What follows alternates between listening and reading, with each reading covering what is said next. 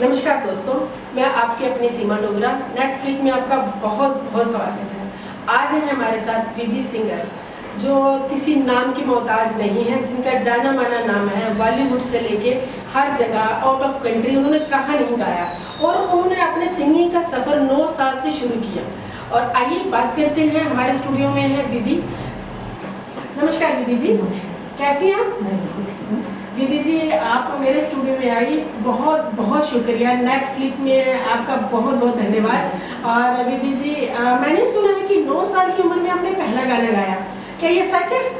जी, हमारे मोहल्ले में रामलीला हुआ करती थी, तो उन दिनों तो अचानक से ही मतलब कि सबके गा रहे थे, प्रोग्राम चल रहा था, तो मैंने कहा मैं भी गाना गाऊंगी रामलीला में। तो पहला गाना मैंने यशोमती मैया से गाया और उस टाइम पे मुझे इनाम भी मिला, 20 रुपये इनाम मिले। और मुझे इनाम का पता नहीं था कि क्या होता है इसका। मम्मी से मैंने हाथ में दे दिए, मम्मी ये क्यों दिया मुझे? मम्मी कह रही बेटा आपने अच्छा रहा इसलिए। Good good. अरे विधि जी, मैंने आपके फादर साहब का बहुत बड़ा नाम है, तो क्या आप दर्शकों को बताएंगे आपके फादर का नाम क्या है? जी, मेरे पिताजी का नाम श्री चंद्र सिंह राही जी, वो अभी नहीं है इस दुनिया में। Shri Chandra Rahi ji? Shri Chandra Singh Rahi ji. Okay okay okay. तो उनसे ही हमने सीखा। और वो गढ़वाल के बहुत बड़े आर्टिस्ट थे। लेजेंड वो क्या करते थे विधि वो जी? म्यूजिक डायरेक्टर एंड और मतलब जो भी हमारा डॉक्यूमेंट्री मूवीज बनाई है उन्होंने उत्तराखंड पे। तो मेरा कहने का मतलब ये है कि आपने उनसे सीखा? उनसे सीखा, पिताजी से, पिताजी से ही सीखा बस। और उसके बाद फिर आगे हम बनते हैं। ओके। और विधि जी, आपने 9 साल की उम्र में जब रामलीला में गाया तो आपको उत्साह तो और बढ़ गया होगा। आप अच्छा गाया तो हाँ। आपको लगा होगा कि मैं और अच्छा गा सकती हूँ। जी जी जी। तो मैम, फिर उसके बाद सेकंड टाइम आपको दोबारा मौका कब मिला और उस टाइम आपकी एज क्या थी? सेकंड टाइम जब ये कि मैं क्योंकि पापा के साथ ज़्यादा रहती थी, स्टूडियो वगैरह में, स्टूडियो में रहना होता था ज़्यादातर।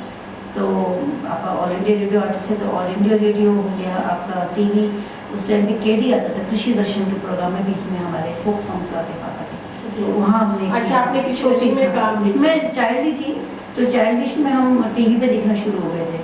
और उस ज़माने में कृषि दर्शन में जब हम आते थे तो लोग हमें कहते अरे वो तो टीवी में आते हैं, बड़े लोग हैं ये ऐसे। लेकिन अच्छा हमारे पिताजी की वजह से हमें ये मौके मिले। सुना, आपको सुन के ही अच्छा लगता था। तो विधि जी, आपने जब सेकंड गाना गाया तो कब में कैसे गाया? पापा की एक रिकॉर्डिंग थी टी सीरीज में। T series? Yes. Wow, T series का नाम आते ही तो बस सबका लेवल ही ऊंचा हो जाता है। तो आपने इतनी कम उम्र में टी सीरीज में गाना गाया, वो कैसे?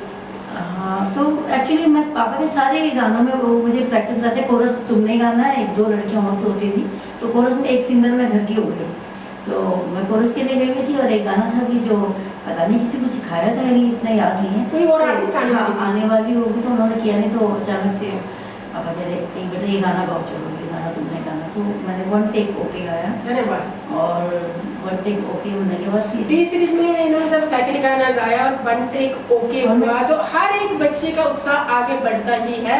यही रीजन है कि आज विधि जी मुकम्मल आर्टिस्ट हैं, मुकम्मल सिंगर हैं।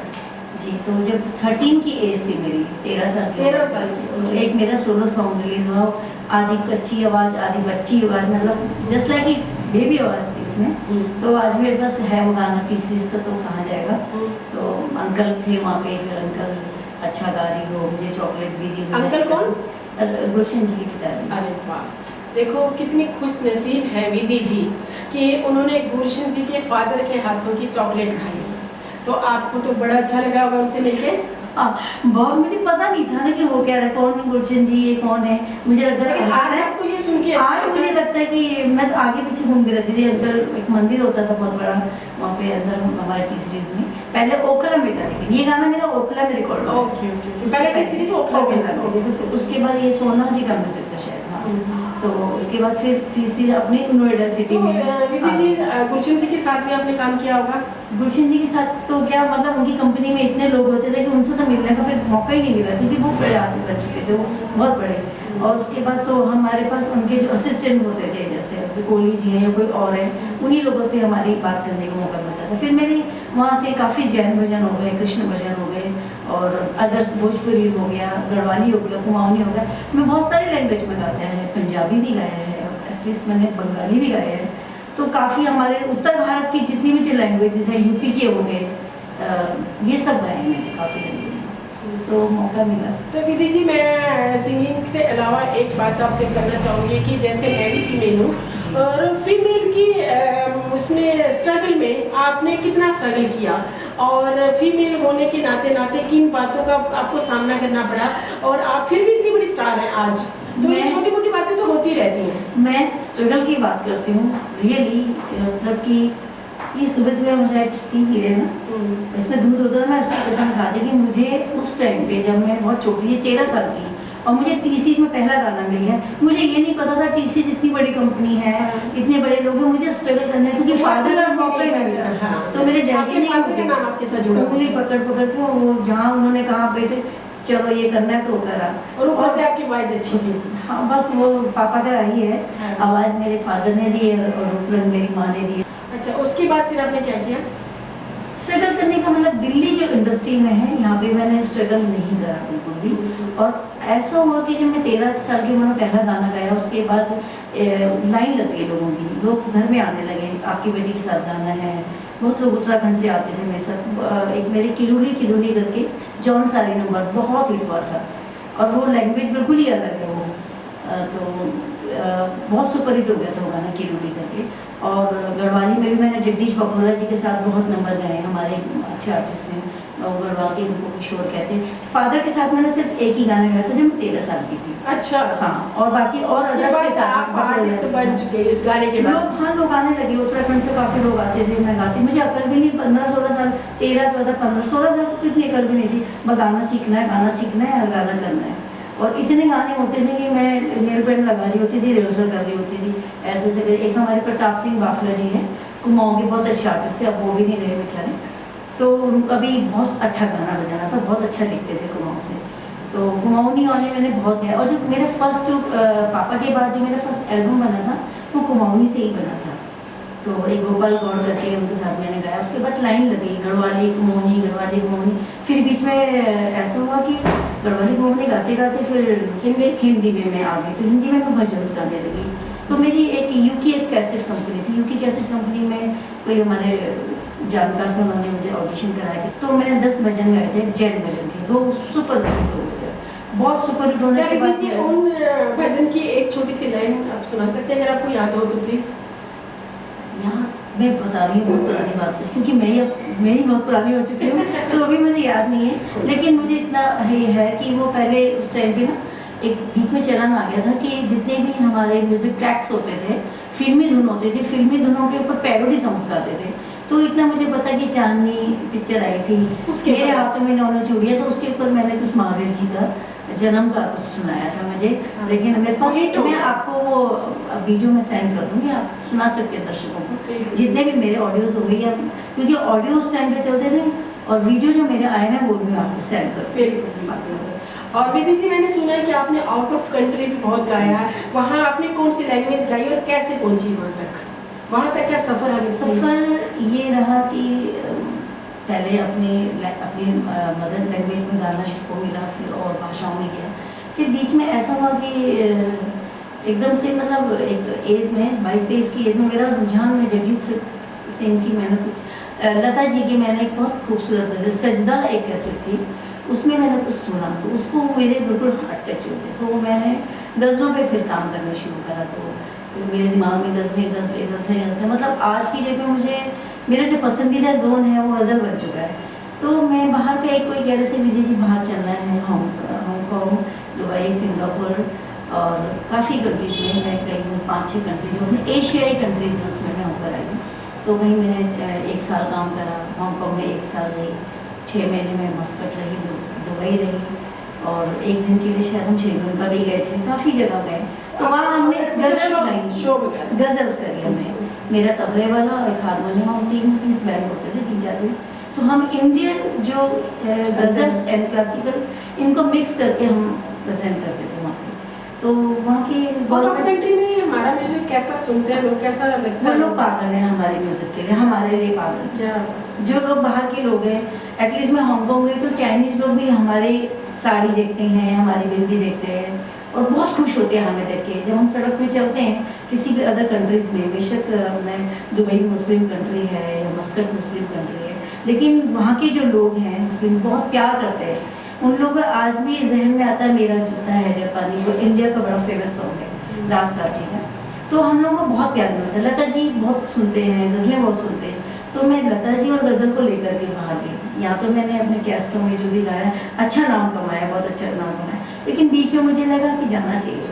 और फिर ये था कि थोड़ा पैसों का भी चक्कर होगा, ये भी आर्टिस्ट का देखो नौकरी हम कर नहीं सकते, हमसे किसी की गुलामी कभी भी नहीं हो सकती, गाने गा लो भाई, शो करवा लो, ये एक आर्टिस्ट की लाइफ होती है। और कुछ कलाकार लाइक एक राजा महाराजा वाली ज़िंदगी जीते हैं, मतलब कलाकारों का एक स्टाइल होता है।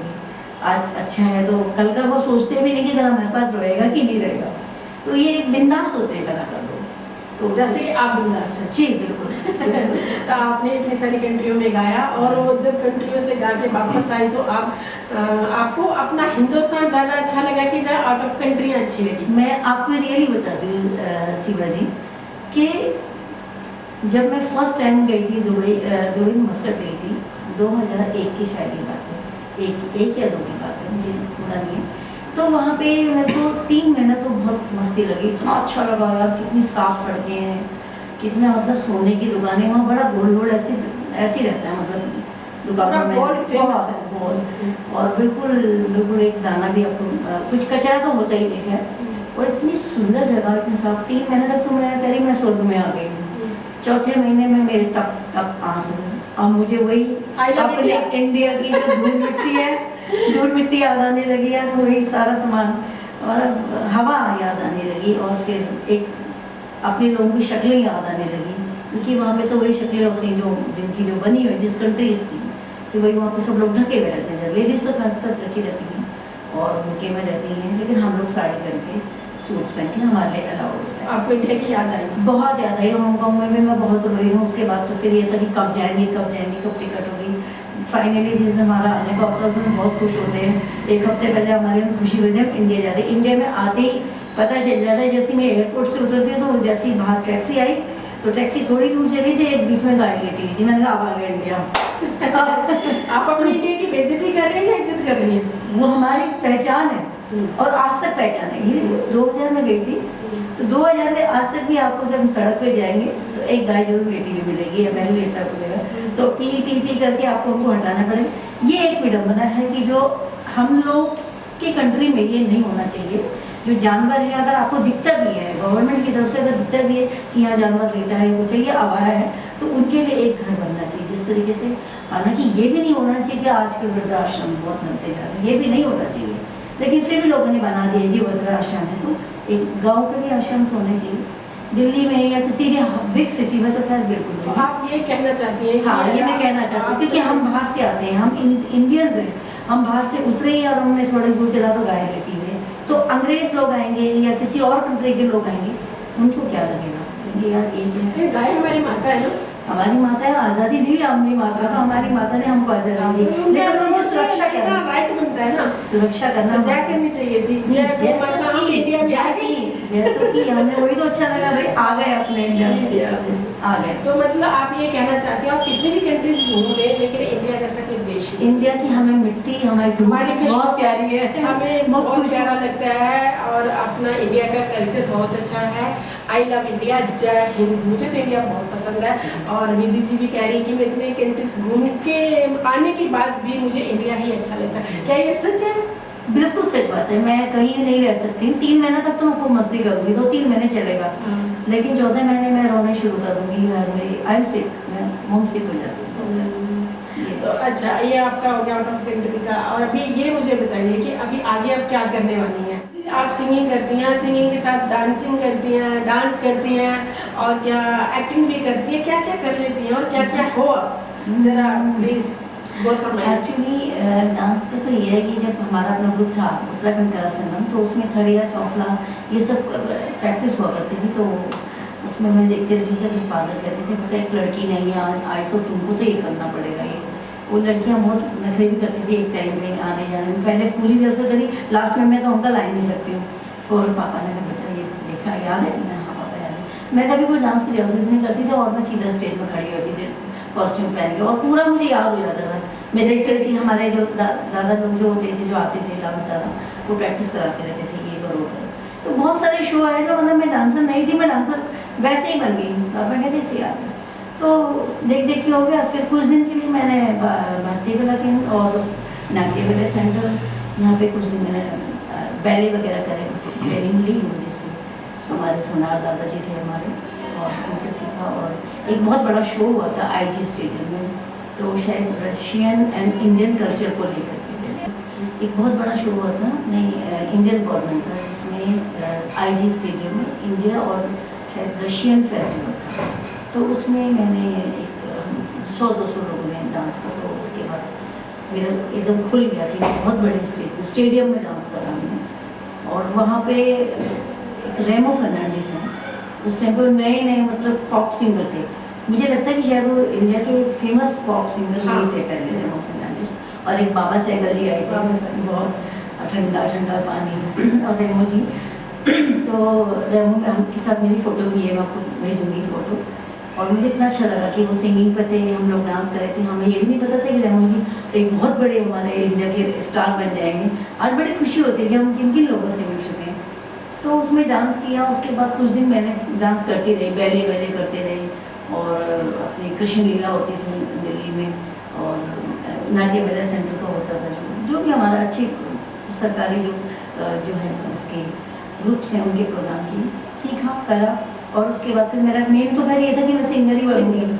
तो डांस इसलिए भी छोड़ा कि मेरी बुआ जी बड़ा गुस्सा होती थी, कहती क्या लड़कियों को, भैया तुम लोगों की लड़कियों को सिखा रहा है कि भी डांस भी करें।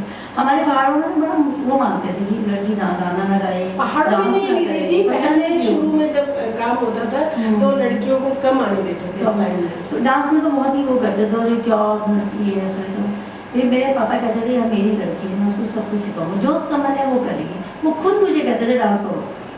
कोई और होता तो मना करते थे कि वे बहुत अच्छे कलाकार थे, वो उत्तराखंड के कल्चर को लेके जा रहे थे। तो मैं अपने कल्चर का ही डांस करती थी उस टाइम। तो विधि जी आपने डांस हो गया और आपने एक्टिंग भी की है। हाँ, एक्टिंग का भी मैंने तो एक्टर कब बन गई? वो कैसे बन गई? एक्टर एक्चुअली जो मेरा फर्स्ट एक्टिंग का जो मैंने वर्क किया है, तो वो उस टाइम पे तो मैं रही होंगी 22-23 साल की थी। तो एक जब हुआ था दिल्ली में, किसी ने कराया था, उसमें एक फिल्म थी जहर और एक फिल्म थी तुलसी, जो हमारे एक ज़माने में 1 घंटे की टेलीफिल्म बनती थी, 1.5 घंटे की। तो टेलीफिल्म की मैंने, और वो काफ़ी पहले की बात है। उसके बाद फिर मौका मिल गया, कर लिया। उसके बाद मुझे नहीं था होश कि यार एक्टिंग करेंगे, वो तो ऐसे कर ही लिया मस्ती में, चलो कर लिया। एक्टिंग करने में कैसा लगा आपको? नहीं, हीरोइन का था मेरा उसमें, और उसके बाद अच्छा लगा मुझे। उसके बाद मैंने गाने पे फोकस जो था गाने पे था, गाने पे। हाँ।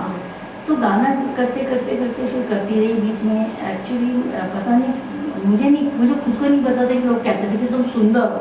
मैंने अरे नहीं, सुंदर होती तो मैं कुछ होती नहीं हीरोइन। तो एक दिन मेरी एक फ्रेंड कह रही नहीं तुम कर सकती। तो किसी मेरे फ्रेंड सर्कल ने मेरी एक फ़ोटो कहीं भेज दी। आई थिंक कोई बॉम्बे के कोऑर्डिनेटर्स होते हैं, दिल्ली से भी लोगों को लेके जाते। तो उन्होंने कि अरे चलो विधि खाली बैठी है, इसको काम भी बीच में कम हो गया था, तो कर लो। अरे नहीं, अरे कर लो।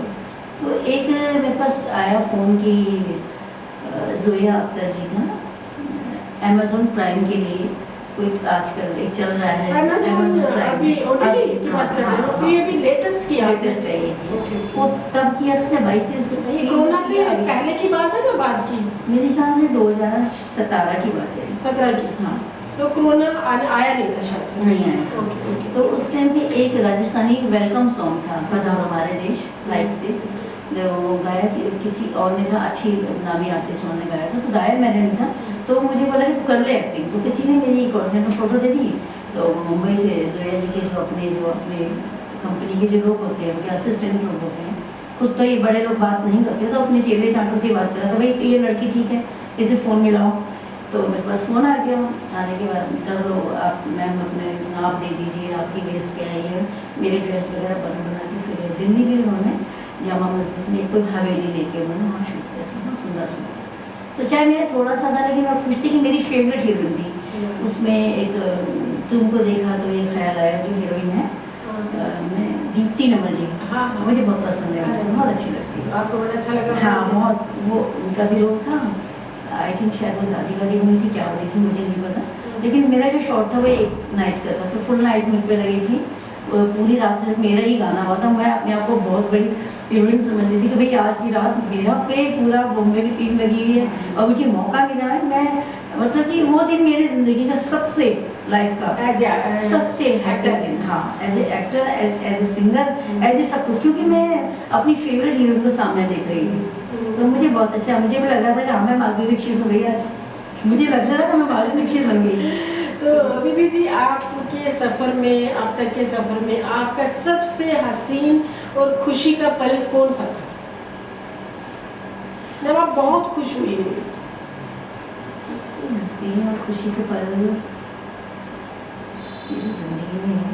वैसे तो मैं हमेशा खुश रहती हूँ और सारे ही पल खुशी के रहते हैं, लेकिन सबसे ज़्यादा खुशी का यही पल था कि जो मैंने ये एक्ट किया था ज़ोया अख्तर जी के लिए। अच्छा। ये मेरी सबसे ज़्यादा खुशी तो का पल। विधि जी, अभी हम ये पूछना चाहेंगे, सबसे लाइफ में हर उतार चढ़ाव आते हैं, सबसे तुम्हारी ज़िंदगी का दुखी वाला पल कौन सा था? आप सबसे ज़्यादा किस बात पे अपने आप को कोसती हैं, जहाँ बुरा कहती हैं, जहाँ वो कौन सा पल था?